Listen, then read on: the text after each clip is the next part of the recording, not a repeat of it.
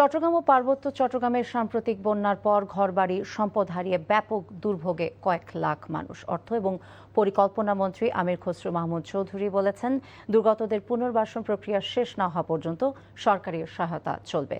প্রতিনিধিদের পাঠানো তথ্য এবং ছবিতে আহমেদ শরীফের ডেস্ক রিপোর্ট।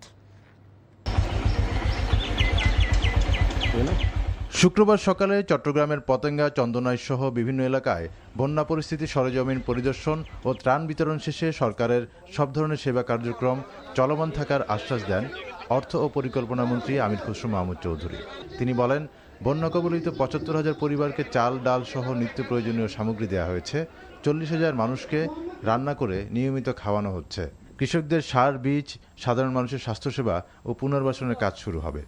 প্রায় ৭ লাখের উপরে মানুষ পানিবন্দী চট্টগ্রাম ডিস্ট্রিক্টের মধ্যে, যাদের বীজ দরকার, সার দরকার, ইত্যাদি ইত্যাদি যা প্রয়োজনীয় পুনর্বাসন কাজ এরপরে শুরু হয়ে যাবে।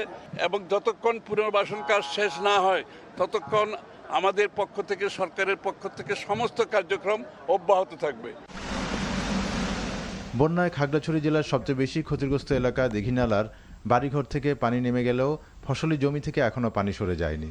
জীবন বাঁচাতে এক কাপড়ে আশ্রয়কেন্দ্রে আশ্রয় নেওয়া মানুষ বাড়িঘরে ফিরে এখন টিকে থাকার সংগ্রাম শুরু করেছেন। এলাকার মানুষের অনেক ক্ষয়ক্ষতি হয়েছে, কিন্তু এনেও কোনো সাহায্য সহায়তা কিছু আসে নাই। সব কিছু হয়েছে, হাঁস মুরগ নষ্ট হয়েছে, চাষ করছে, চাষও সব বন্যায় নিয়েছে। খাগড়াছড়ি সদর ও দীঘিনালায় ক্ষতিগ্রস্তদের মাঝে ত্রাণ বিতরণ করেন বিদ্যুৎ, জ্বালানি ও খনিজ সম্পদ মন্ত্রণালয়ের প্রতিমন্ত্রী অনিন্দ ইসলাম অমিত। দুর্গত এলাকায় ত্রাণ বিতরণ এবং বিনামূল্যে চিকিৎসা সেবা দিয়ে যাচ্ছে বিজিবি, বিমান বাহিনী সহ আইনশৃঙ্খলা রক্ষাকারী বাহিনীর সদস্যরা। বান্দরবানের সাম্প্রতিক বন্যায় ক্ষতিগ্রস্ত হয়েছে প্রায় ৭০ ভাগ এলাকা। ফসলের ব্যাপক ক্ষতি হয়েছে। এই অবস্থায় বন্যার্তদের মাঝে ত্রাণ বিতরণ করেছেন পার্বত্য চট্টগ্রাম প্রতিমন্ত্রী ব্যারিস্টার মীর মোহাম্মদ হেলাল উদ্দিন। কক্সবাজারের চকরিয়া, পেকুয়া ও মাতামুহুরী উপজেলায় এখনও পানিবন্দী বহু মানুষ। রয়েছে খাবার ও বিশুদ্ধ পানির তীব্র সংকট।